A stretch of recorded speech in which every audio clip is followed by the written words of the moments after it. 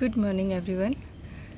आपके साथ आज अगेन ऐसी टिप शेयर कर रही हूँ जो कि अभी हाल फिलहाल आपके काम आएगी, क्योंकि कई सारे लोगों की क्वेरीज थी और मेरे पौधों का भी सेम वही हाल है, तो मैंने सोचा आपके साथ शेयर कर दूँ। आज मैं बात कर रही हूँ गुलदाउदी प्लांट के बारे में, जो कि ऑलमोस्ट सभी गार्डन्स में रहता है ये पौधा। तो देखिए, ये थोड़ा सा समर टाइम में इग्नोर हो जाता है क्योंकि फूल नहीं आ रहे होते हैं, तो हम इस पौधे पे बहुत ज़्यादा ध्यान नहीं देते हैं। लेकिन आपको एक चीज़ बताऊं, अगर आप इस पर रेगुलर वॉच नहीं रखते हैं तो ये ज़बरदस्त तरीके से इन्फेक्टेड होता है, एक तो एफिड से और दूसरा मिलीबग से। मेरे पास ये कुछ पुराने पौधे हैं, मेरे पास 3 ही कलर हैं और मैं ख़रीदती भी नहीं हूँ, क्योंकि ये एक तो मल्टीप्लाई बहुत होता है और एक सर्दियों का इतना फूल आता है मार्केट में, और मेरे पास ऑलरेडी इतनी वैरायटी हो गई है कि मेरे टेरेस पे तो वैसे ही जगह नहीं है, तो मैं इनको बहुत ज़्यादा मल्टीप्लाई नहीं करती हूँ और बढ़ाती नहीं हूँ। अब मैं आपके साथ एक चीज़ शेयर करती हूँ। इस टाइम पर इसमें देखेंगे आप मिलीबग का अटैक हो रहा होगा, अगर आप इसको ढंग से देखते नहीं हैं तो। देखिए, ये आप देख पा रहे होंगे मिलीबग।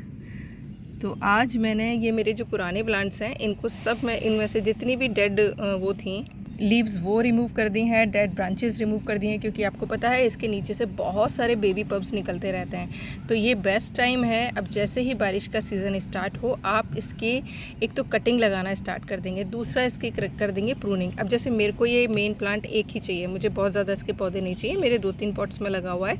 मैं उन्हीं को हर साल, अगर मैं मदर प्लांट हेल्दी होता है तो मैं उसी को पिंच करती रहती हूँ ऊपर से टिप को, तो ये वहीं खुशी हो जाता है और अच्छे से फ्लावरिंग करता है।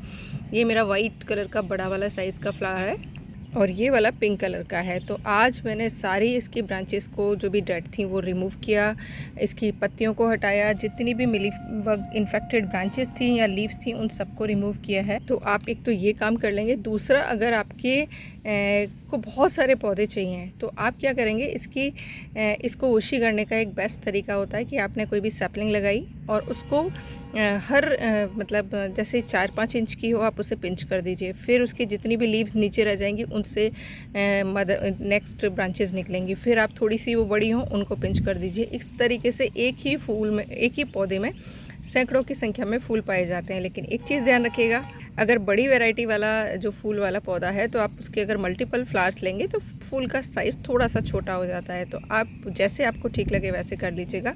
मैं पिंचिंग मैंने स्टार्ट कर दी थी काफ़ी टाइम पहले से। जैसे देखिए, ये एक प्लांट है, इसको मैंने यहाँ से, देखिए आप देख पा रहे होंगे कट, इसका ये एरिया यहाँ से मैंने कट किया था। उसके बाद देखिए आप, ये 2 ब्रांचेज़ निकली हैं और देखिए अब मैंने जैसे इस वाली ब्रांच को देखिए यहाँ से कट किया है तो इधर की साइड से 2 ब्रांचेस निकल गई हैं। सेम देखिए, अब मैं इसको पिंच कर दूँगी ऊपर से। सिर्फ टिप को पिंच करेंगे ना आप, तो वहीं से जितनी लीव्स रह जाएंगी उन नोड एरिया से इसमें नई नई ब्रांचेज आना स्टार्ट कर देंगी।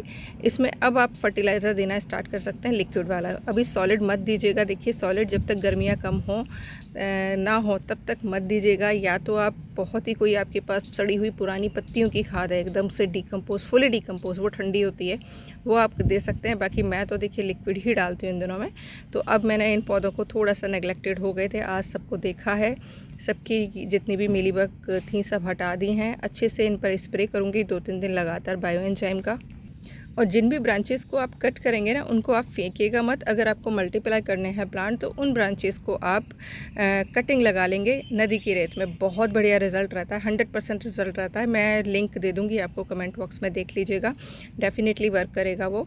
क्योंकि मैं पिछले कई सालों से उसी तरीके से अपनी मल्टीप्लाई करती हूँ इसकी, जब मुझे करनी होती है तो आप कर लीजिएगा। बाकी अगर एक ही पौधे में चाहिए, सेम प्लांट पॉट में ही चाहिए, तो आप पिंचिंग कर दीजिएगा और बाकी के एक्स्ट्रा जो प्लांट्स हैं उनको हटा दीजिएगा।